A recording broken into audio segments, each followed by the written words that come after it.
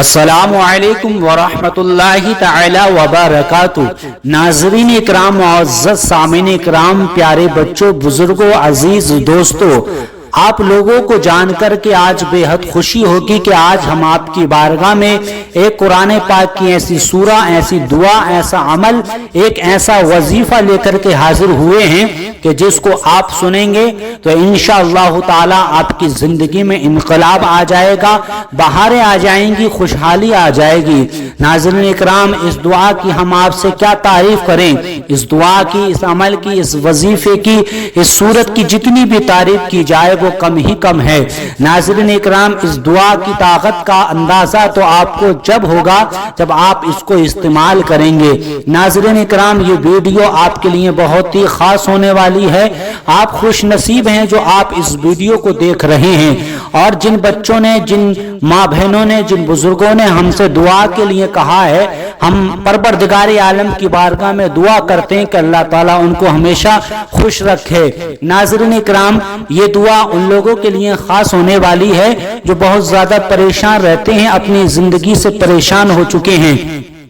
ناظرین اکرام، یہ دعا ان لوگوں کے لیے خاص بنائی جا رہی ہے جو کسی بیماری میں مبتلا ہیں، کسی بیماری کو لے کر کے پریشان ہیں، پیسہ بہت لگا چکے ہیں لیکن ان کو کہیں سے بھی شفا نہیں مل رہی ہے، پیسہ بہت کما رہے ہیں لیکن ان کی روزی میں، کاروبار میں برکت نہیں ہو رہی ہے، کاروبار کیا ہے لیکن کاروبار نہیں چل رہا ہے، گراہک نہیں آ رہے ہیں، آپ نے کوئی دکان کی ہے، کوئی میڈیکل کیا ہے لیکن آپ کے میڈیکل پر یا دکان پر کوئی گراہک نہیں آ رہے ہیں، آپ پریشان رہتے ہیں، پیسہ لگایا ہے لیکن کاروبار چلنے کا نام نہیں لے رہا ہے، آپ کے گھر پر، آپ کی دکان پر، آپ کے کاروبار پر کسی نے بندش یا جادو یا کوئی اثرات کرا دیے ہیں کہ جس کی وجہ سے آپ کا کاروبار نہیں چل رہا ہے اور دشمن آپ کو برباد کرنے میں لگا ہوا ہے، تو ناظرین اکرام، یہ دعا آپ کے لیے خاص ہونے والی ہے۔ اور اس دعا کی خاصیت یہ ہے کہ جو بندہ جو مقصد اپنے دل میں رکھ کر کے اس دعا کو سنتا ہے تو اللہ تعالیٰ اس کے مقصد کو پورا کر دیتا ہے۔ ناظرین اکرام، اگر کاروبار نہیں چل رہا ہے تو آپ کو چاہیے کہ آپ اس دعا کو پڑھ لیجئے، اگر آپ پڑھنا نہیں جانتے ہیں تو آپ اپنے کاروبار میں، دکان میں، مکان میں اس دعا کو بجا کر کے رکھ دیجئے، انشاءاللہ تعالیٰ سارے جنات، سارے اثرات، ساری بندشیں ختم ہو جائیں گی، کاروبار چلنے لگے گا، دکانداری چلنے لگے گی، اور گھر کی لڑائی جھگڑے فساد سارے ختم ہو جائیں گے۔ ناظرین اکرام، یا کوئی بیمار ہے تو اس کو یہ دعا صرف سنا دیجئے، انشاءاللہ تعالی وہ لا علاج ہو چکا ہو تو اس کی بیماری سنتے سنتے ہی آدھی ختم ہو جائے گی۔ ناظرین اکرام، اس دعا کو توجہ کے ساتھ سنیے گا، ہم تلاوت کرنے والے ہیں، انشاءاللہ تعالی آپ زندگی بھر یاد رکھیں گے۔ چلیے ہم اس دعا کو شروع کرتے ہیں، آپ توجہ کے ساتھ سنیے گا اور کمنٹس باکس میں آمین ضرور لکھیے گا۔ بسم اللہ الرحمن الرحیم۔ خلق الانسان من صلصال كالفخار وخلق الجان من مارج من نار فبأي آلاء ربكما تكذبان رب المشرقين ورب المغربين فبأي آلاء ربكما تكذبان مرج البحرين يلتقيان بينهما برزخ لا يبغيان فبأي آلاء ربكما تكذبان يخرج منهما اللؤلؤ والمرجان فبأي آلاء ربكما تكذبان وله الجوار المنشآت في البحر كالأعلام فبأي آلاء ربكما تكذبان كل من عليها فان ويبقى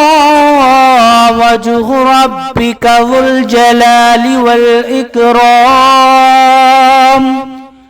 فبأي آلاء ربكما تكذبان بسم الله الرحمن الرحيم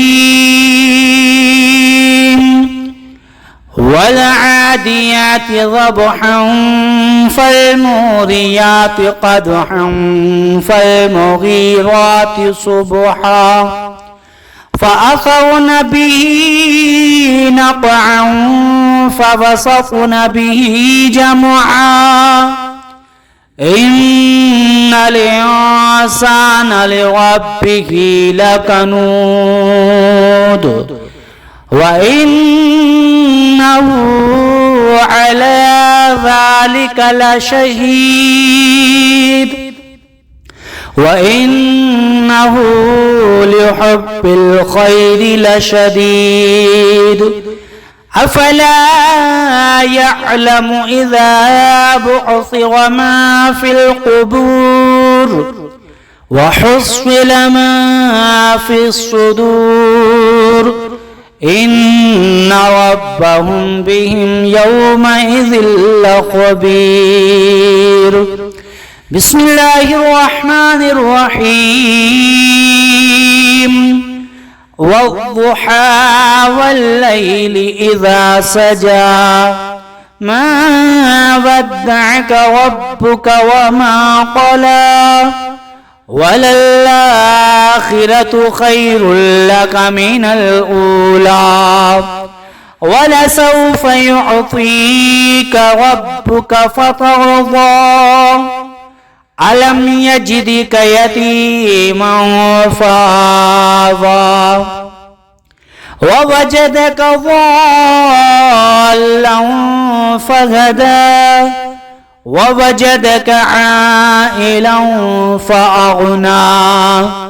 فأما اليتيم فلا تقهر وأما السائل فلا تنهر وأما بنعمة ربك فحدث بسم الله الرحمن الرحيم خلق الإنسان من صلصال كالفخار وخلق الجان من مارج من نار فبأي آلاء ربكما تكذبان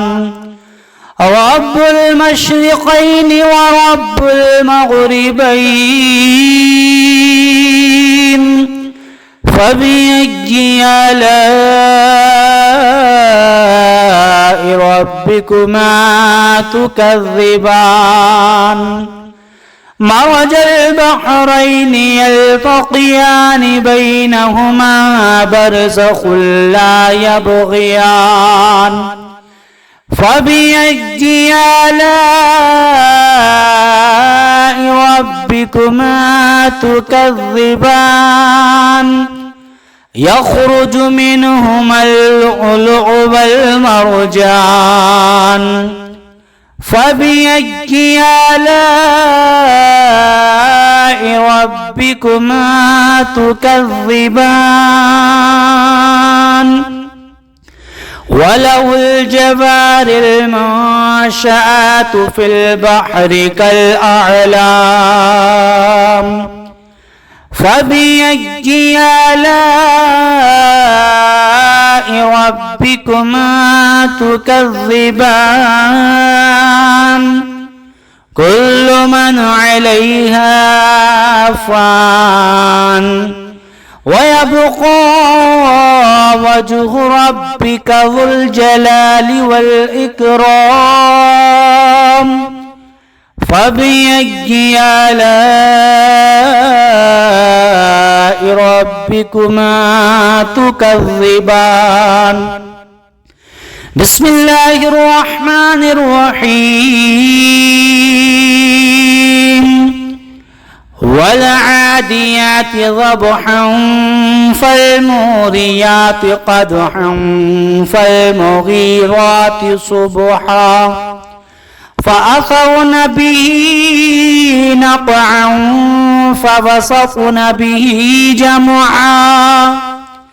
إن الإنسان لربه لكنود وإنه على ذلك لشهيد وإنه لحب الخير لشديد أفلا يعلم إذا بعثر ما في القبور وحصل ما في الصدور إن ربهم بهم يومئذ لخبير بسم الله الرحمن الرحيم والضحى والليل إذا سجى ما ودعك ربك وما قلى وللآخرة خير لك من الأولى ولسوف يعطيك ربك فترضى ألم يجدك يتيما فآوى ووجدك ضالا فهدى ووجدك عائلا فأغنى فأما اليتيم فلا تقهر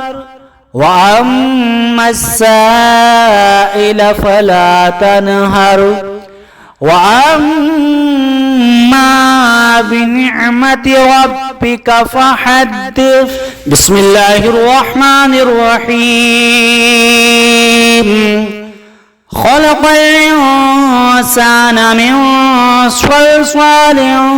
كالفخار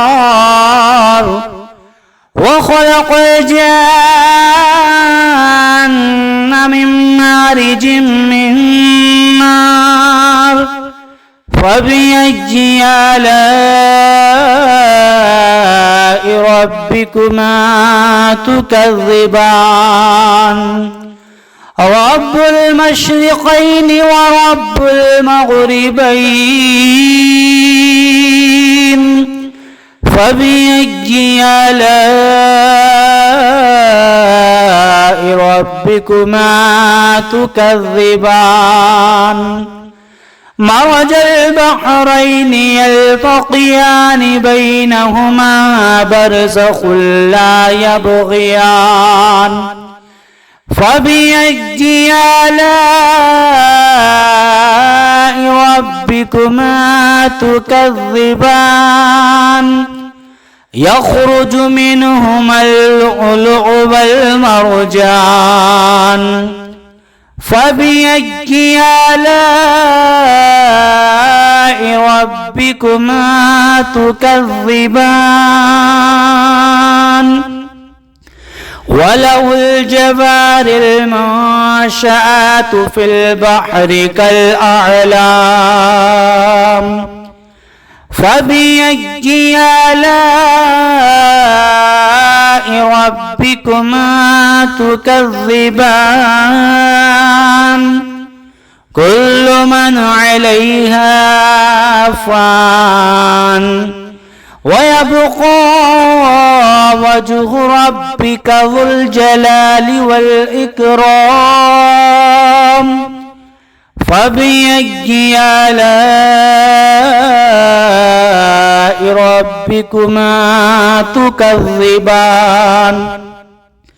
بسم الله الرحمن الرحيم والعاديات ضبحا فالموريات قدحا فالمغيرات صبحا فأثرن به نقعا فوسطن به جمعا إن الإنسان لربه لكنود وإنه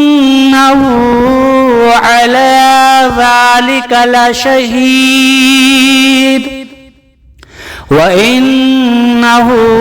لحب الخير لشديد أفلا يعلم إذا بعثر ما في القبور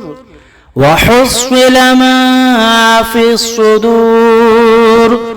إن ربهم بهم يومئذ لخبير بسم الله الرحمن الرحيم والضحى والليل إذا سجى ما ودعك ربك وما قلى وللآخرة خير لك من الأولى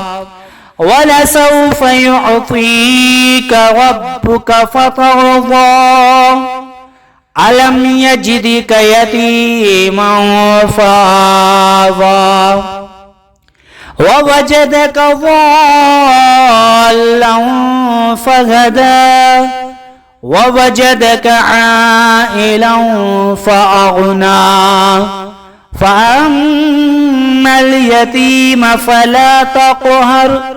وأما السائل فلا تنهر